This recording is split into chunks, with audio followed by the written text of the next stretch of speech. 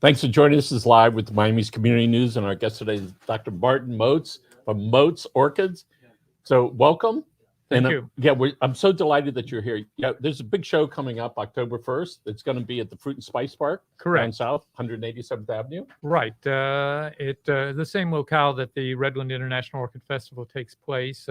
Normally, we have the show in January at the fairgrounds, but this time we wanted to have it outside so that people could feel safe and comfortable and practice social distancing. We're suggesting that they wear masks, but we wanted to do it in the outdoor venue. We wanted to give people an opportunity to again have the wide phenomena of plants available to them. It's just a very dynamic marketplace that we haven't seen in the world of orchids for well over a year now. So I'm going to read a little background. Sure. Okay.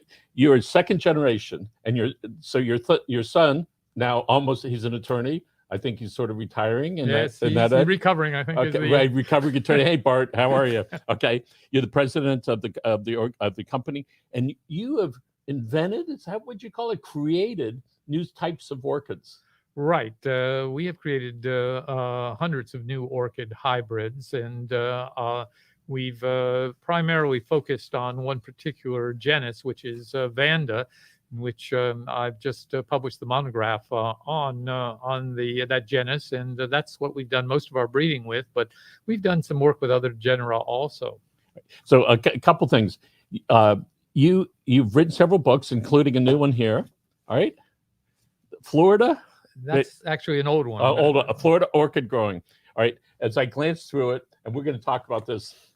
And this is available everywhere. Yes, Redland Press, okay? It's Redland Press or at motesorchids.com. All right, and here it is. This book is dedicated to the enthusiast who has tirelessly supported the orchid industry by buying plants, killing them, and replacing them with new ones.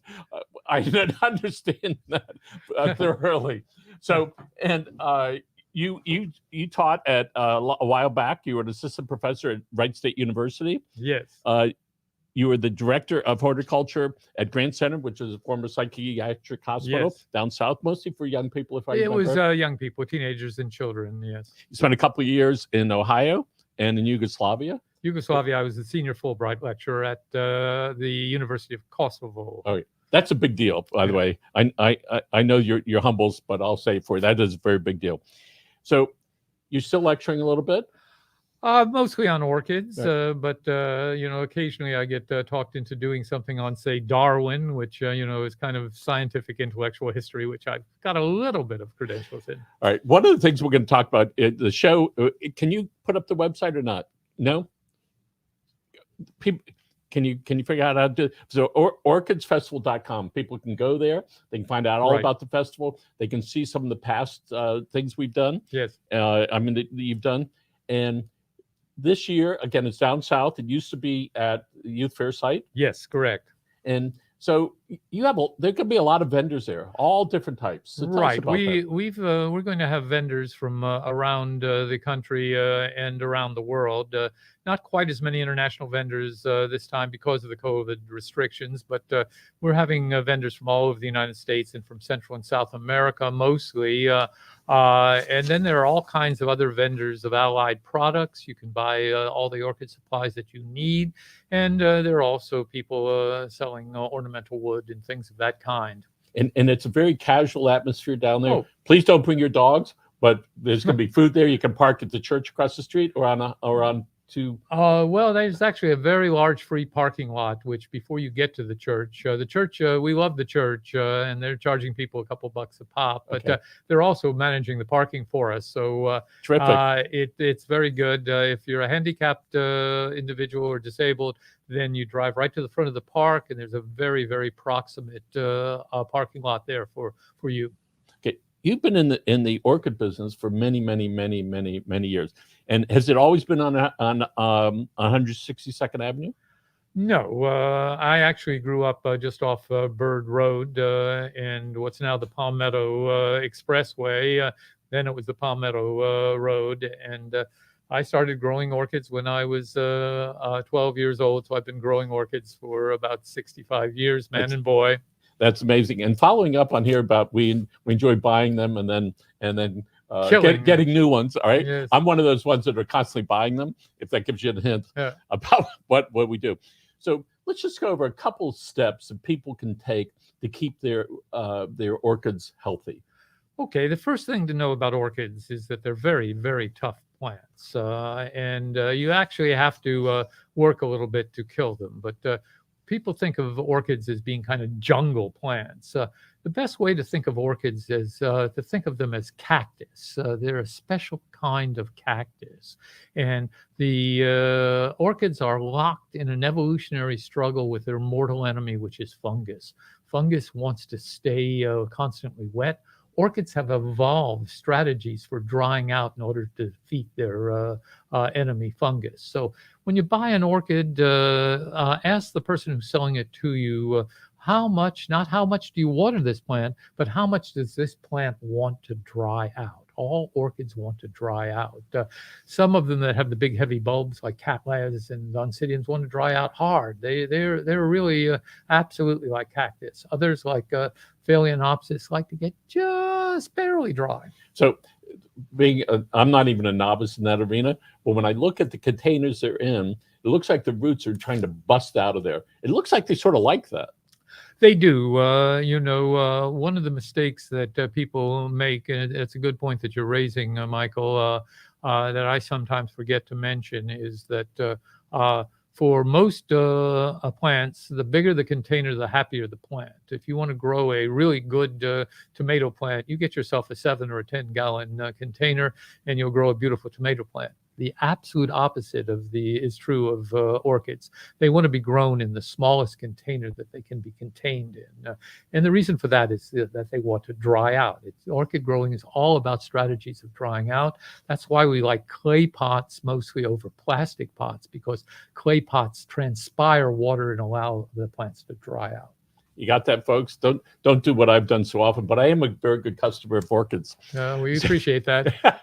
So, and by the time we would go to a nursery or to a big box store to buy an orchid that's about this big, how old is that? How much energy went into that to create that? Well, it depends upon the which genera it is. The Phalaenopsis, which are the most commonly grown one now, they're a 2-year crop. It takes 2 years to grow that plant.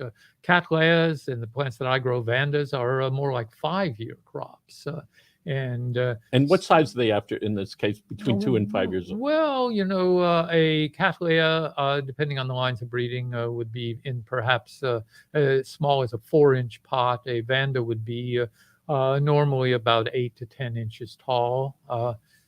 And so the plants that we see that are long, they got long canes, dendrobiums probably. Right. And so that plant, more or less, about how old is that? They're probably 2.5 to 3 years old. Again, much more rapid growers. The orchids, of course, are monocotyledonous plants, and they start out from an incredibly small seed. So the rate of growth increases exponentially as they gain more leaf surface. So plants like Phalaenopsis that have big, broad leaves gain more leaf surface more rapidly, and they grow more quickly, and therefore they can be sold more cheaply. So I was speaking to somebody that doesn't have all your experience, but is awfully close to you.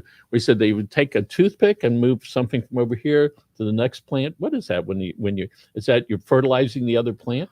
Not so much. Some people use a toothpick or even a newly sharpened pencil to gauge whether or not the pot is still wet a little below the surface.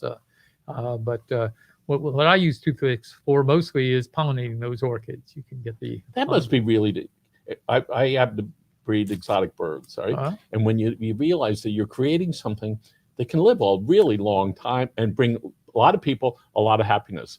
So some of these, we know that, 2 to 5 years, it's going to wind up in somebody's home. All right. How long could, theoretically, if they're taken care of, will they be a substitute plant? We know from Chinese paintings, the Chinese are exceptionally fond of fragrant Cymbidium orchids. And we know from Chinese paintings that some of these established varieties of Cymbidiums have been in existence for 300 years. years. Amazing. It is. It's just incredible. So we know not to water them too much. Right. Just about what they Right. might Dry them need. out. I always think dry. Right. Well, how can I get this plant dry? Because it's always easier to add water, and sometimes, especially here in September in Florida, it's impossible to take it away. So, And where's from the house to outside, where's a really safe place to keep a sensitive plant like that? well, again, it depends. Phalaenopsis probably can do well on a windowsill because they are low light plants. The plant architecture tells you something about the requirements. But the rule of thumb, Michael, is that whatever type of orchid you're growing, you want to grow it in as bright a light as possible.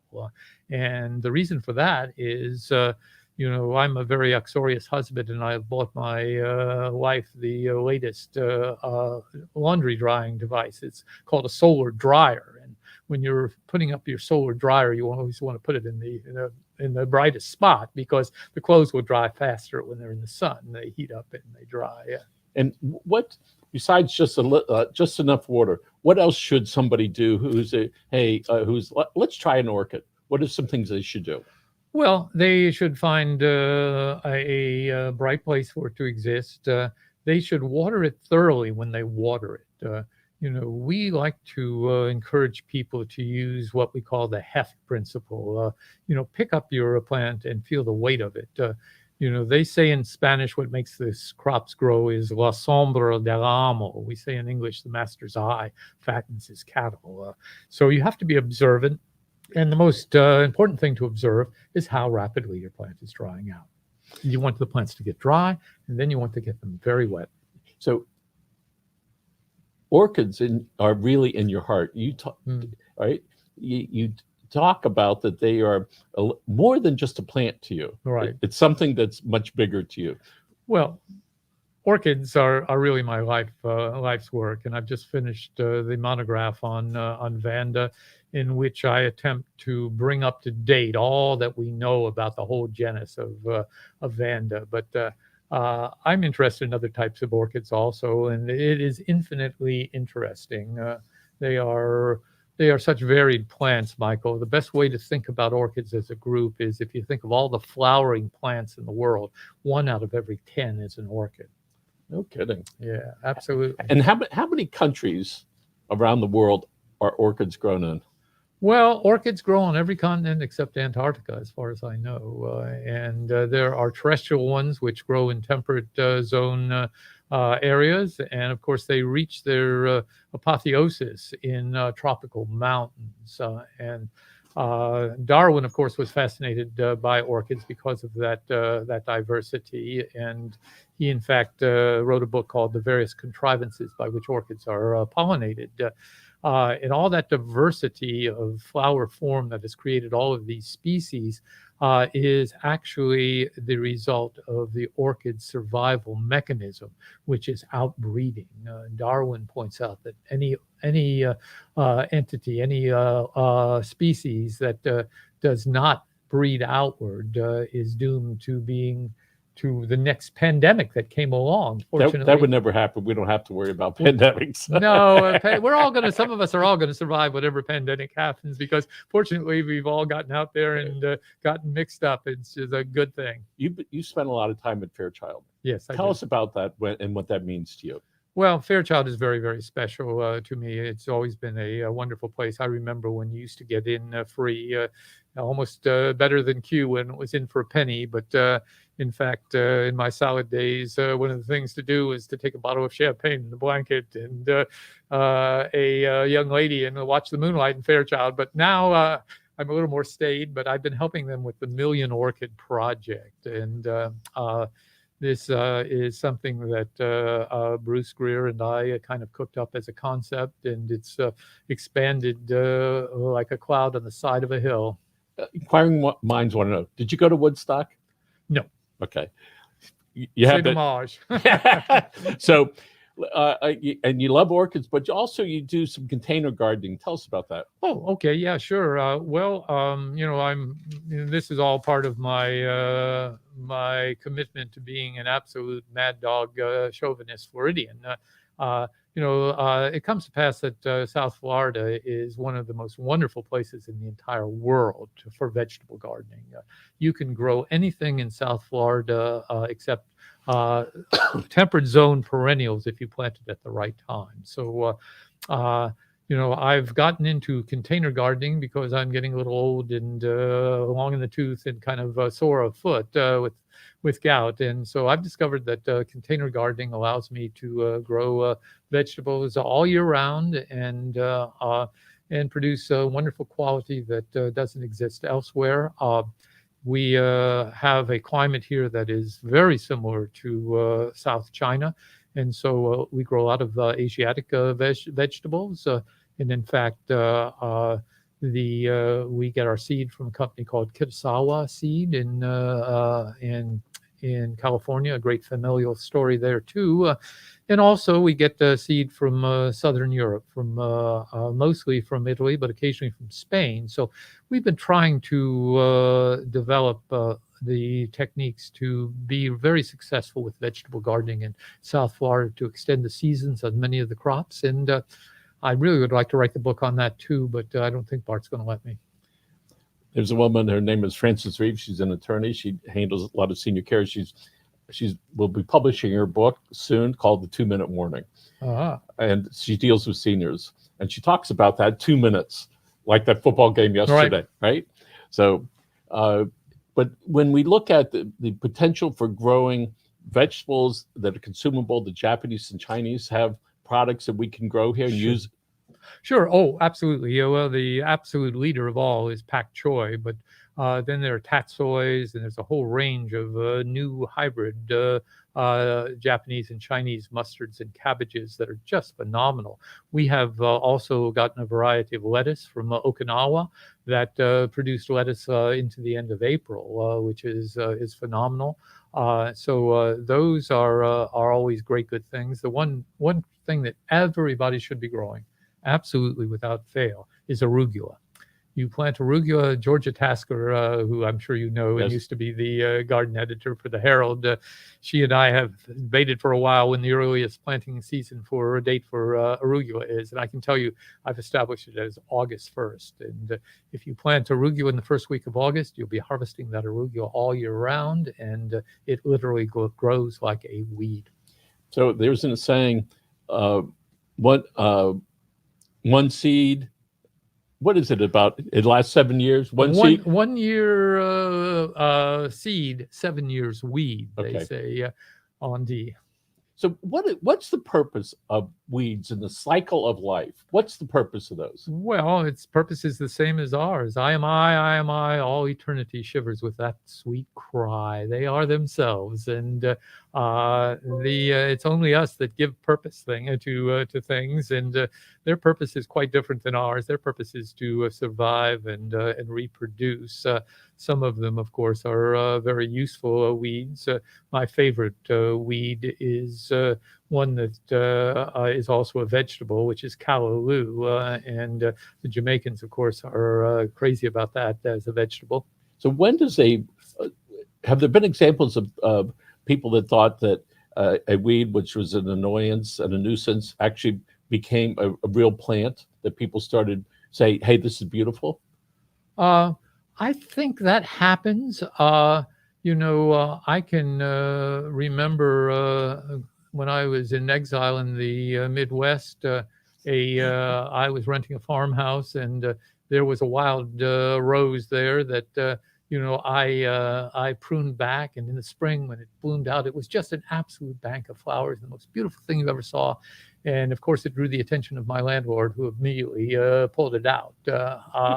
Here, the weed that fills that slot is Lantana camera, and it's a weed for sure, and it is dangerous to horses, but incredibly beautiful flowers.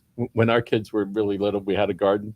So one day I just went to Publix and bought a big watermelon, and I put it in like the next day. And when I showed it to them, they still remember it was so enormous in their head. All right, Look what happened overnight. They figured it out after a while Well, because my wife, their mother said, no. So we had gardens for 15 years in the back. We Yeah. just got concrete blocks and put them around. We were hobbyists with it, Sure. and we had a very good time with it. And you can grow tomatoes a Sure. lot, right? Sure. And we knew that when the tomatoes would die, I mean, when the season was over, the next year they'd be popping up. Yep. And it was like nature is amazing. Is prolific, and you know, if you don't use containers and you do it on the ground, you know, the worst piece of advice that's out there is you hear about, oh, you need 12 inches of soil. No, you don't. You only need about 4 inches of soil. The more, the better, but 4 inches will do you fine, especially in the Swiss cheese rock of the Ulitic Ridge here, and you just need to give them a little more water. Okay. So you have people can find you on YouTube. You have some. Sure. If they go to our website, they can connect up with some videos there, and I think they can find me on YouTube. That's a mystery that Bart, who you had in here a week or so ago, he is the master magician of that stuff. And you have some things on Facebook, and Sure. and this is being involved that you can be a little hobbyist or you can get really serious about it. Oh, you can get serious about it, but you know, we want people to succeed. And orchids are expensive, not because they're difficult to grow, but as we talked about earlier, they're slow growing. So we want to help people succeed with them and appreciate them.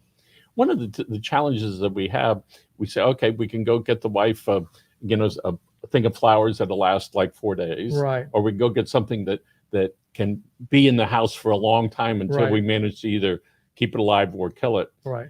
But I think that when we start working on things that we can give life to and keep it Right. alive, it does something to your soul. Oh, I think definitely. What I was doing there at Grant Center was doing horticulture therapy, and you know, the ability to nurture something over time has a very therapeutic value. That you know, oftentimes people all of us are locked to a degree in thinking that we are in static circumstances over which we have no control. But growing a plant allows us to see the change that occurs over time and can be very positive. So you have about 5 acres down south? We have, almost 6, yes. Yeah. And it's filled with all different types of plants. They come down, they can see you, talk to you, right? Well, you there we're rarely occasionally? open to the public. Oh. But we're going to try to be a few times a year. Okay. So you've led the way in the orchid industry with these new breeds. Is that what you would call it? We have created a whole line of Vandas that are available from nowhere else, basically. So tell me about your level of fulfillment, personal fulfillment, and being able to do that. Well, you know, it really is very, very gratifying. Some of these things I've been working on for 30 and 40 years, these lines of breeding, and to see the new ones blooming out and being better, and knowing that we can make them even better. It's a constant engagement with a process that is, in some small sense, larger than oneself. So, if people want to go to the website for the festival, which is coming up in a couple of days, Right. orchidfestival.com. Right. Are you going to be there? Oh, I'm going to be at the festival. So, folks, if you want to meet the good doctor, right, go to the festival. All right. All right. So Yeah. here it is, the Tamiami International Orchid Festival at the Fruit and Spice Park down in Redland. That's Redland. There's no S in it. Right. Right. Correct. Yes. All right. 3 days of peace and orchids. It sort of looks like Woodstock over here. I think it's been a little bit plagiarized, Yes. but it's been customized. Well, you are truly a legend, all right, in the industry, and I want to thank you for doing that and for making a huge difference. Thank you for thanking me. Dr. Motes from Motes Orchids. You can find them online. Go to YouTube. Go to Facebook. You can find them all over. Look them up on Google. Thanks again for your time. See you at the festival in a couple of days. Folks, thanks very much for joining us, and we appreciate